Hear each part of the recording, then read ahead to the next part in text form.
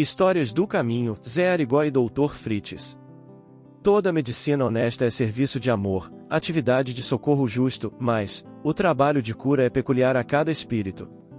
A medicina humana será muito diferente no futuro, quando a ciência puder compreender a extensão e complexidade dos fatores mentais no campo das moléstias do corpo físico.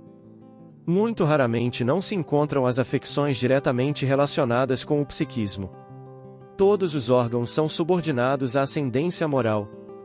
As preocupações excessivas com os sintomas patológicos aumentam as enfermidades, as grandes emoções podem curar o corpo ou aniquilá-lo.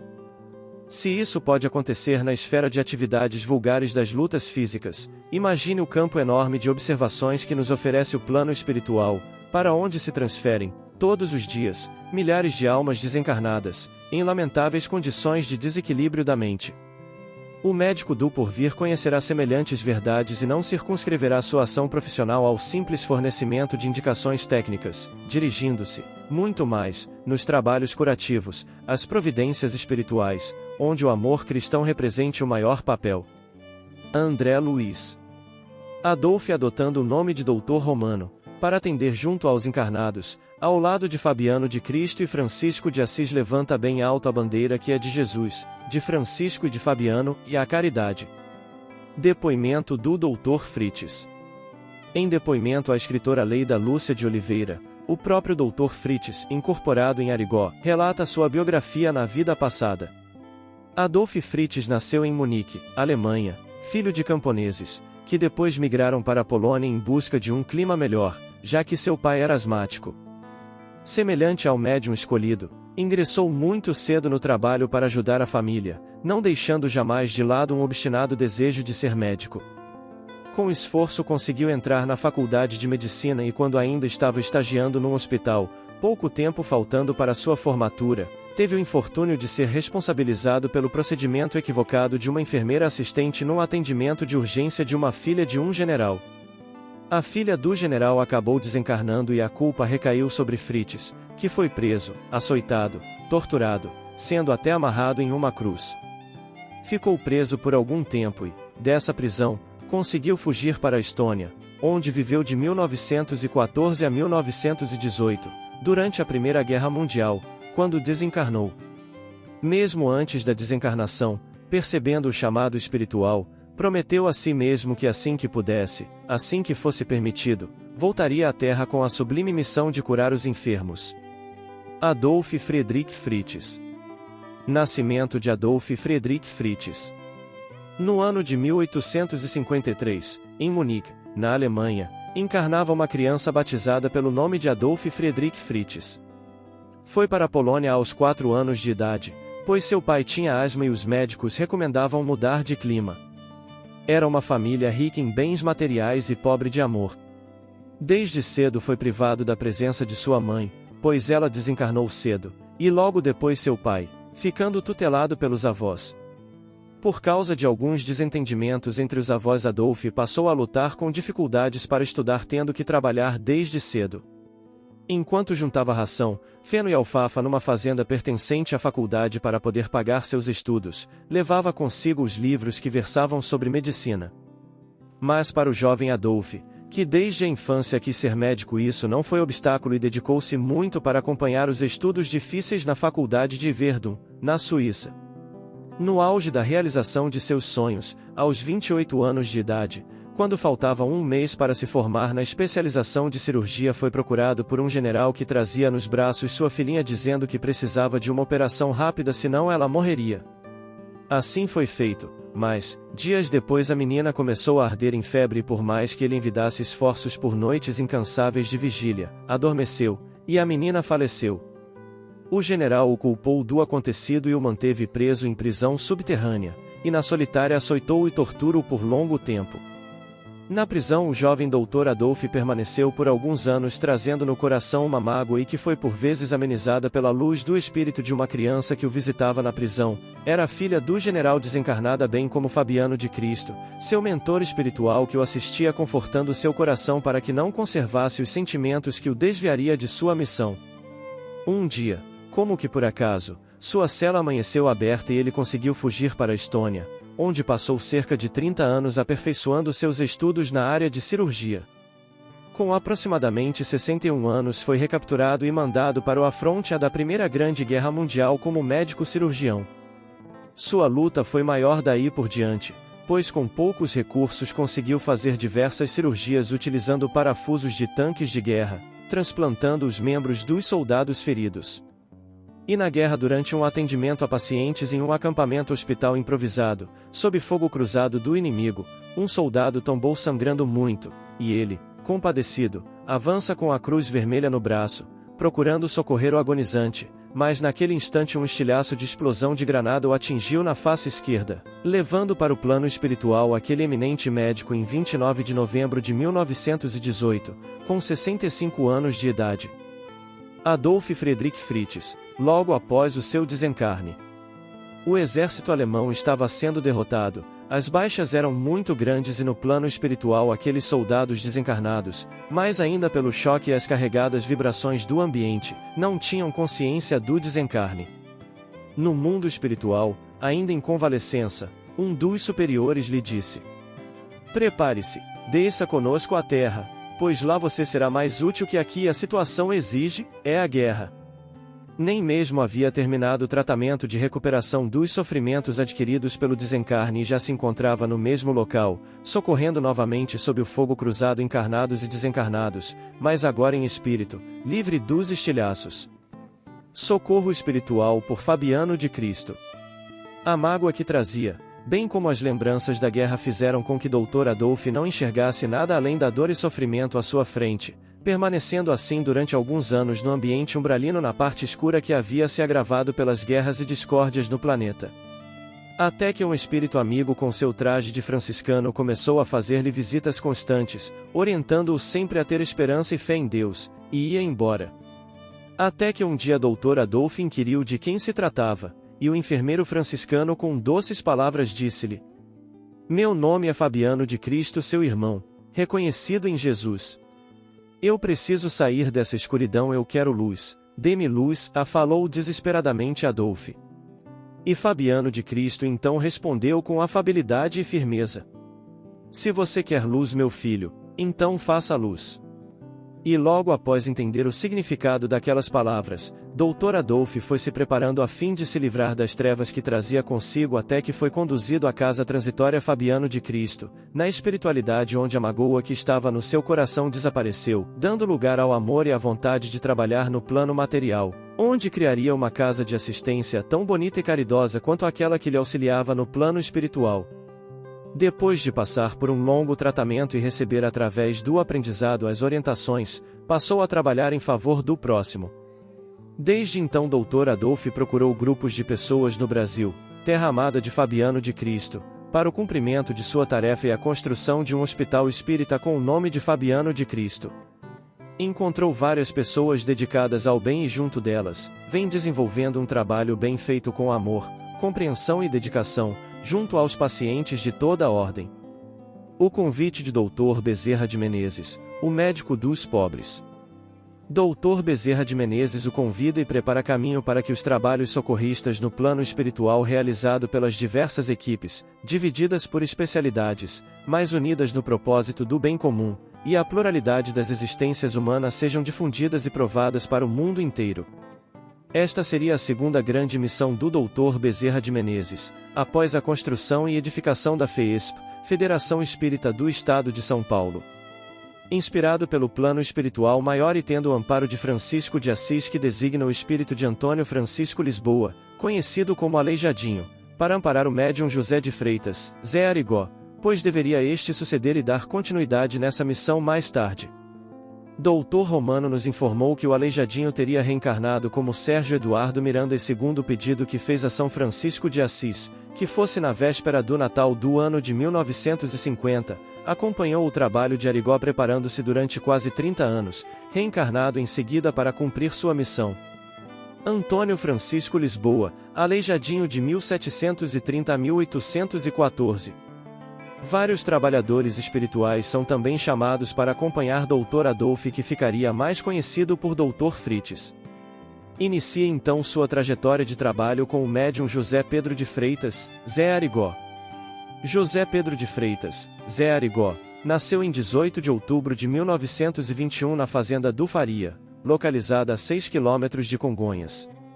Teve infância semelhante à dos meninos pobres da sua geração, e os poucos recursos da sua família não lhe permitiram estudos além do terceiro ano primário.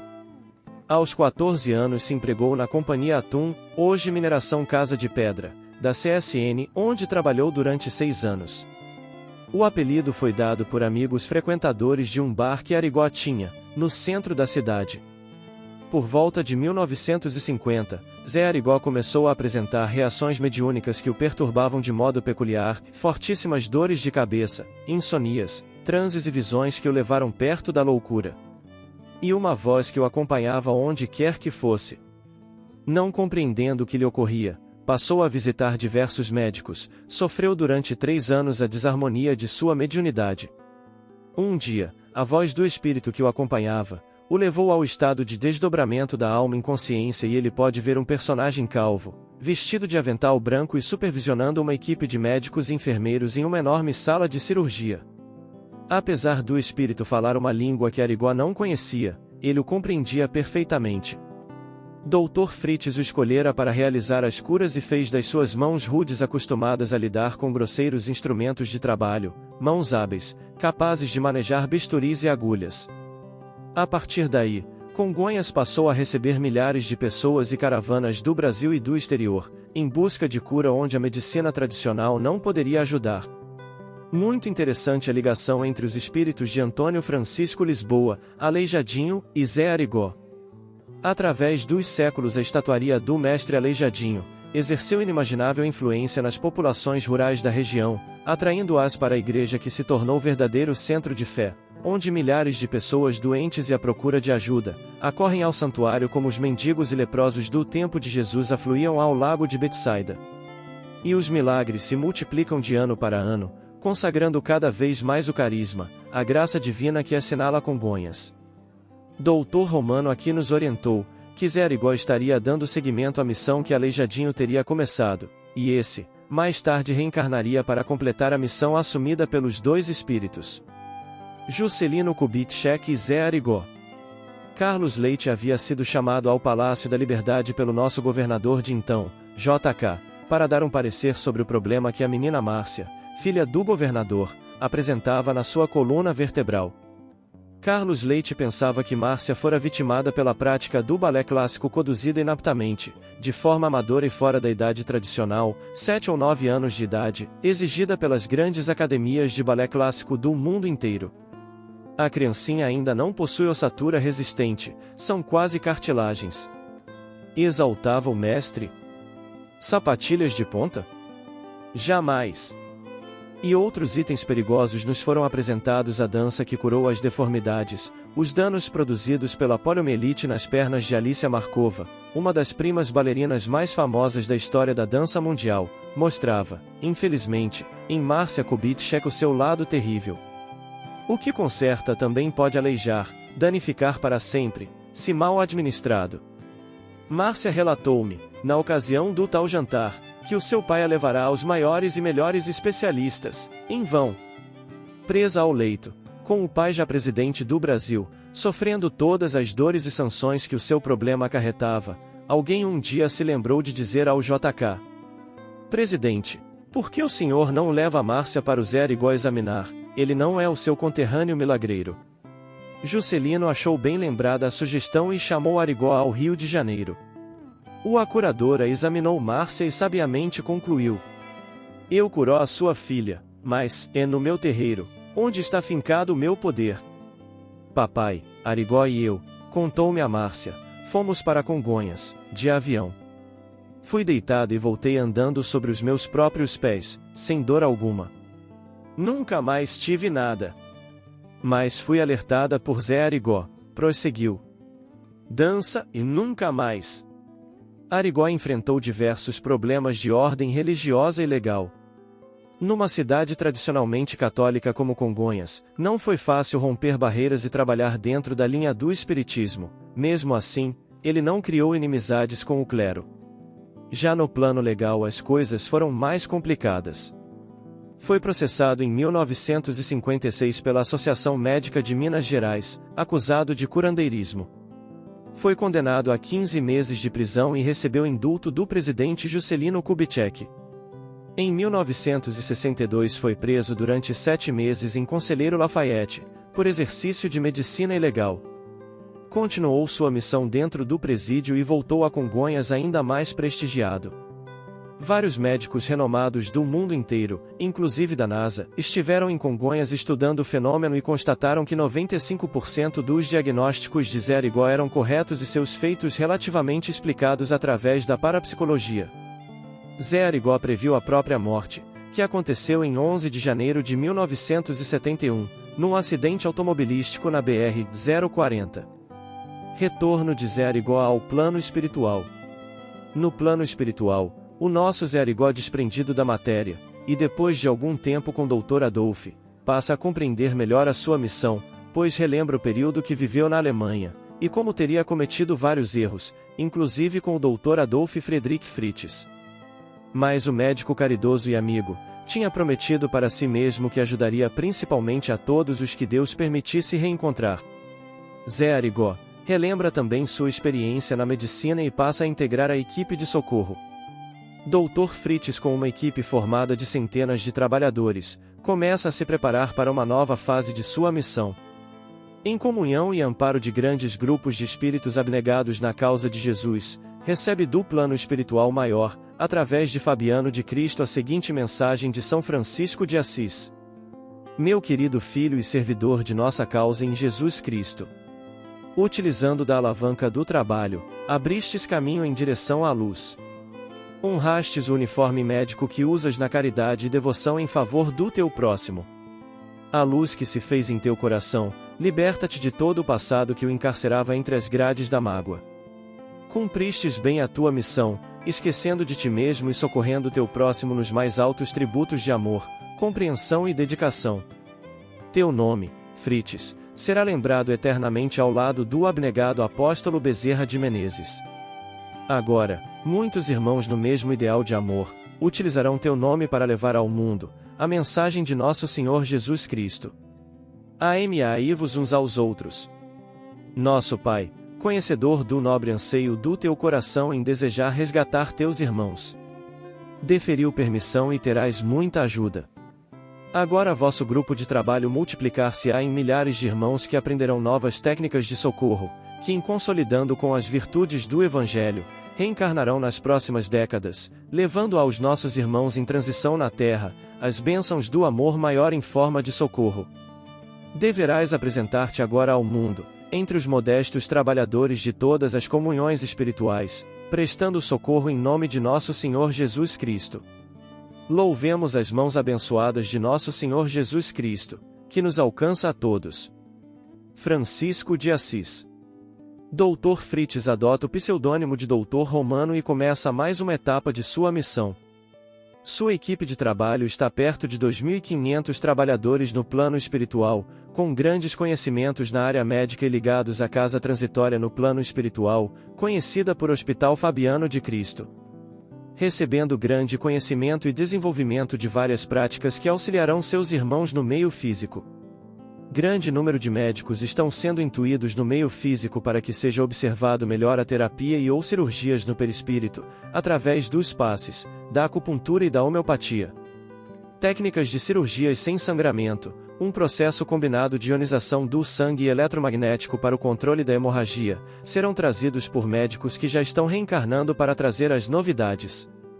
Inicie então sua trajetória de trabalho com o médium Sérgio Eduardo Miranda. Sérgio Eduardo Miranda. 24 de dezembro de 1950, filho de Vicente Miranda e Luísa dos Anjos Miranda, nascido na cidade de São Paulo, a rua Félix Guilhem, Lapa, tendo 6 irmãos. Dos 2 aos 4 anos foi acometido de paraplegia, a qual regrediu e desapareceu após uma promessa que sua mãe, muita católica na época, fez a São Judas Tadeu. Doutor Romano nos orientou que o perispírito do nosso irmão trazia ainda compromissos kármicos de suas encarnações passadas. A intercessão das preces fervorosas da mãe e o amparo dos espíritos que o acompanhariam em sua missão, o auxiliou provendo a seu restabelecimento. Aos 7 anos brincava com espíritos de aparência de criança, bem como parentes já desencarnados. Aos 8 e 9 anos conversava com os espíritos durante atividades rotineiras como lavar pratos, por isso foi levado a diversos profissionais da área de saúde mental, sendo tratado com ineficácia. Então, procurou não comentar mais o que via, já que os outros não viam também. Estudou apenas até a 3ª série do ensino fundamental. Encerrando seus estudos aos 12 anos, ingressou num seminário de padres seculares, já mostrando sua tendência religiosa. Nesta época teve a primeira vidência de seu mentor espiritual, Pai Benedito, mas por falta de informação pensou ser São Benedito. Conversava também com o espírito de Padre Antônio Vieira, que o ajudava muito nas redações que tinha que fazer. Aos 13 anos, transferiu-se para os Seminários Salesianos em Campinas. Lá conversava com o espírito de Frei Santana Galvão, que o inspirava na vida religiosa e na prática da caridade. Aos 14 anos, transferiu-se para a cidade de Lavrinhas, e neste lugar conversava com o espírito de um dos padres fundadores da instituição que havia desencarnado há 12 anos atrás. Quando falou para um dos superiores do seminário, que havia conversado com aquele homem do quadro, apontando para o fundador desencarnado, o superior resolveu afastá-lo. Após alguns exames psicológicos, constatou-se que Sérgio era um sensitivo, então o superior disse que ali não seria o seu caminho. Então Sérgio procurou alguns terreiros de cultos afro-brasileiros, desenvolvendo sua mediunidade nestes locais. Aos 16 anos aproximou-se de Dona Emília Ricci, que passou a educar e orientar sua mediunidade nos moldes da doutrina dos espíritos. Aos 18 anos começou a ser intermediário do espírito de Alberto Ricci, irmão Cadêncio, marido desencarnado de Emília Ricci, que começou a prepará-lo para a formação de um grupo de trabalho, o qual 2 anos mais tarde foi fundado com o nome de CADSEM, a Campanha de Auxílio aos Doentes, Serviço Espiritual e Material. No ano de 1972, em um dia de trabalho normal do Grupo Espírita CADSEM, onde trabalhavam nossa irmã Emília Ricci, presidente da casa, e nosso irmão Sérgio, médium em atividade, ocorre um fenômeno de materialização. Estando nossos irmãos concentrados cai sobre a mesa, após vir em forma de luz, uma cruz. Sérgio disse a Dona Emília: "É, Dona Emília, mais uma tarefa para a senhora." E nossa irmã Emília diz ao nosso irmão Sérgio: "Filho, pegue esta cruz, pois esta missão é sua."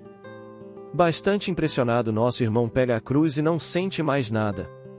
No mesmo instante, o espírito de Dr. Romano incorpora no médium Sérgio, trazendo sua mensagem de trabalho: "Meus irmãos, venho iniciar uma nova etapa nos trabalhos desta casa. Organizem uma equipe de trabalho, que darei as diretrizes de como agir. Realizaremos um trabalho de atendimento às pessoas vítimas de doenças físicas e espirituais. Confiem em Jesus, estudem Kardec e sigam esta tarefa." Com sotaque alemão, mal se conseguindo entender o que o espírito dizia, o grupo de trabalho CADSEM inicia os atendimentos espirituais com o espírito de Dr. Romano. Ficando a casa pequena demais para dar continuidade aos trabalhos, Dr. Romano orienta que se compre outra casa para poder dar atendimento a todos que procurassem esse trabalho. Aos 24 anos inicia-se o trabalho de Dr. Romano junto ao médium Sérgio Eduardo Miranda. Dr. Romano indica a Sérgio e seu amigo Carlos Alberto Drago para que fundem o Núcleo Espírita Cristão. Em 1º de abril de 1974, iniciando os atendimentos em um dos compartimentos da casa de Sérgio. Pouco tempo depois foi comprada uma casa na Rua Francisco Alves, onde os atendimentos se avolumaram. Desde então, Sérgio procura seguir as orientações da codificação dos espíritos e da espiritualidade na prática da caridade, que é o principal ensinamento moral do Espiritismo. Por intermédio do médium Sérgio Eduardo Miranda, atendeu aproximadamente cerca de 90.000 pacientes até o ano de 2003. Na espiritualidade assume uma ala do grande complexo espiritual a Casa Transitória Fabiano de Cristo. Dr. Romano incentiva o grupo a começar a construção de um hospital. Este hospital teria por objetivo atender a classe da população carente, uma vez que todo o trabalho dentro dele seria voluntário.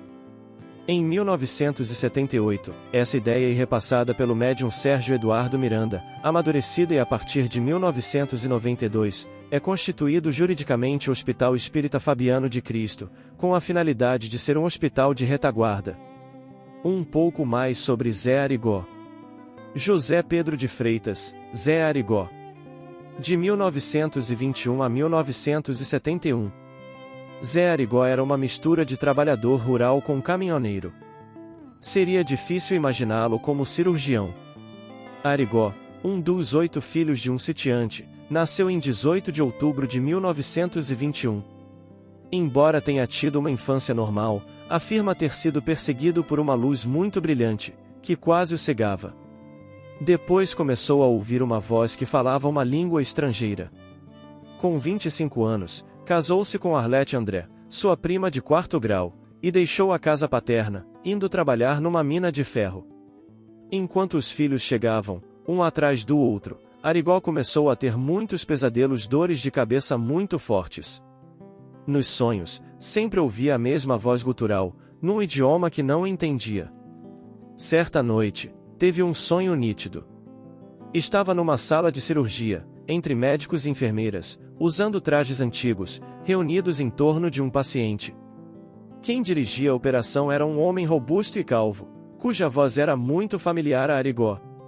Noite após noite, repetiu-se o mesmo sonho, e, depois de algum tempo, a figura central do pesadelo se apresentou como o Dr. Adolfo Fritz, médico alemão desencarnado durante a Primeira Guerra Mundial, sem completar sua obra na Terra. E ele disse a Arigó que o escolhera como médium que deveria levar a cabo sua obra. Outros espíritos, que tinham sido médicos encarnados, também o ajudariam. Arigó deveria dedicar-se à tarefa de curar os enfermos e aflitos. Acordando assustado, Arigó pulou da cama e saiu correndo para a rua, aos gritos, nu em pelo. Os parentes e vizinhos o levaram para casa, com muito cuidado, vendo-o chorar copiosamente. Os médicos solicitaram exames clínicos e psicológicos, cujos resultados apontaram para uma situação de plena normalidade, mas os pesadelos e as dores de cabeça continuavam. O pároco da cidade tentou ajudá-lo com sessões de exorcismo, achava o padre que Arigó estivesse endemoninhado, mas não obteve nenhum resultado. Pressionado pela desagradável situação, Arigó resolveu atender, para experiência, aos pedidos feitos em sonho pelo médico alemão. Tendo encontrado um amigo aleijado, que era obrigado a usar muletas para andar, Arigó se viu de repente gritando: "Já é tempo de você largar estas muletas!" E arrancando-as, ordenou ao homem que caminhasse, o que ele fez, e continuou a andar perfeitamente deste dia em diante.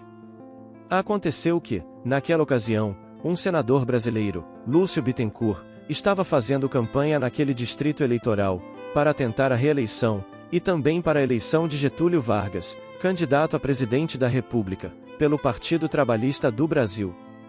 Os médicos haviam diagnosticado que Lúcio Bittencourt sofria de câncer pulmonar, aconselharam-no a operar-se imediatamente, de preferência nos Estados Unidos.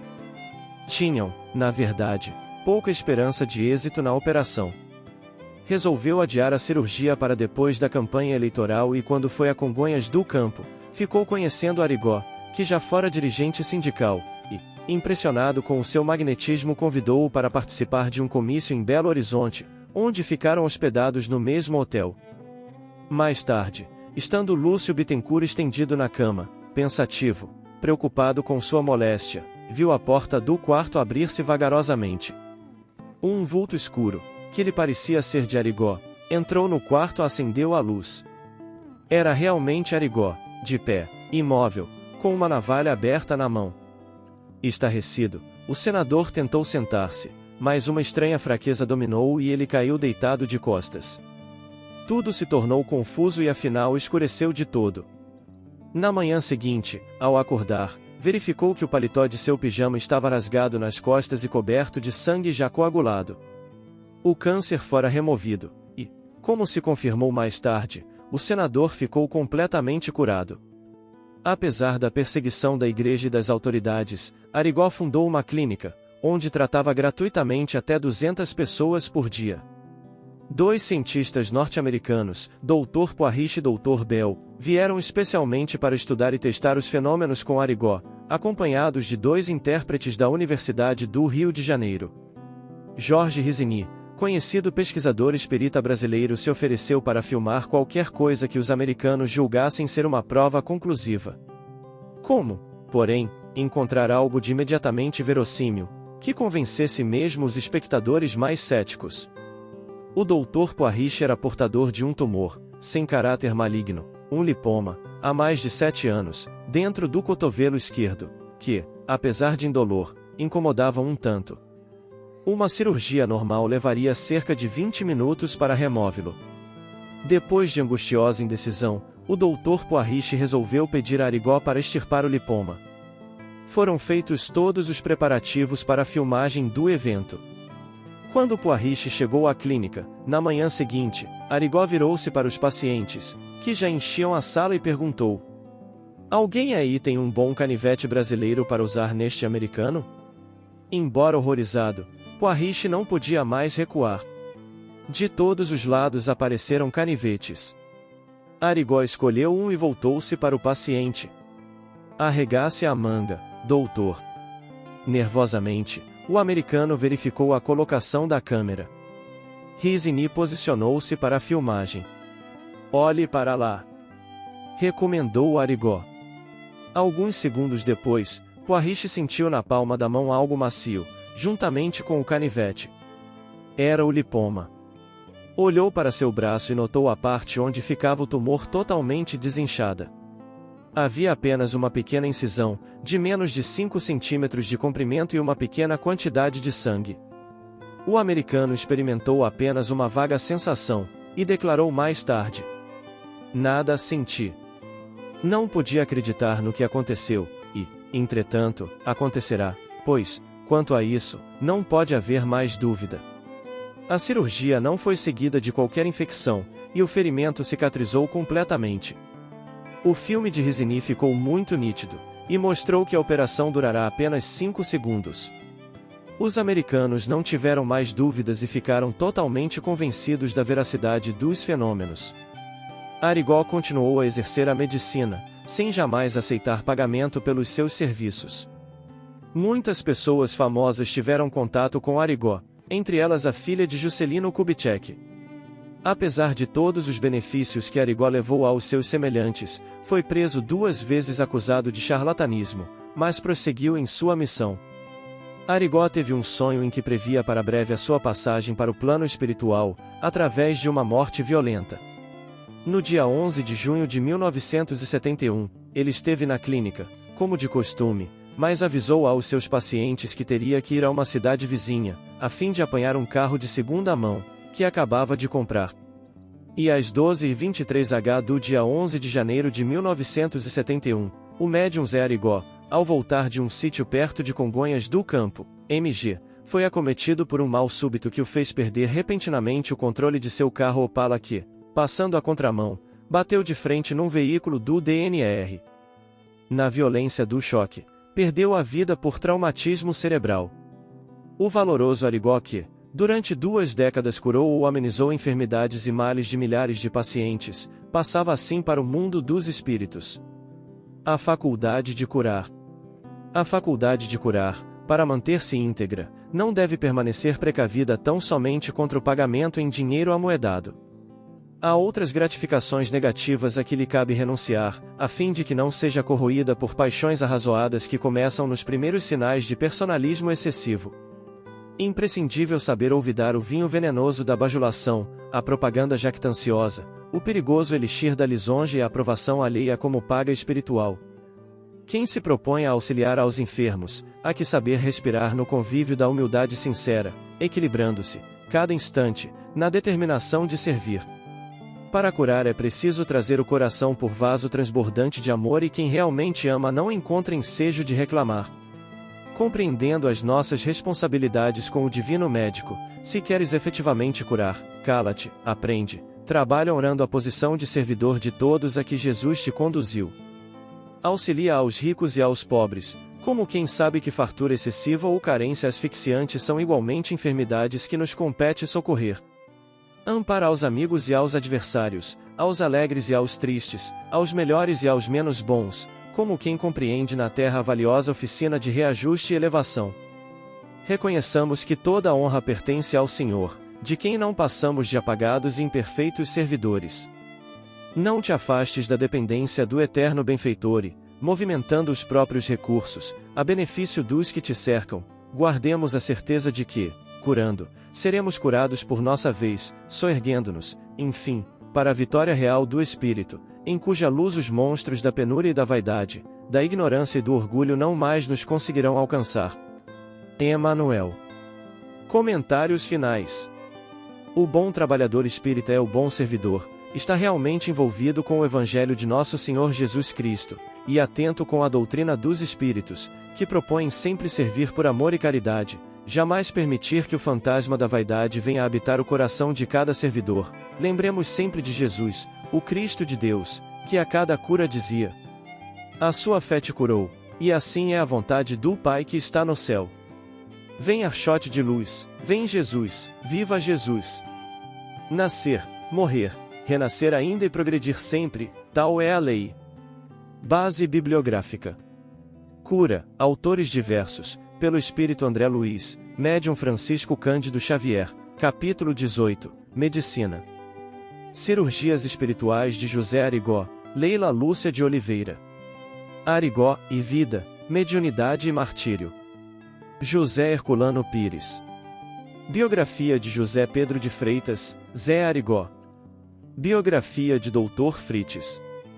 Mediunidade e sintonia, pelo Espírito Emanuel, médium Francisco Cândido Xavier, capítulo 18, A Faculdade de Curar.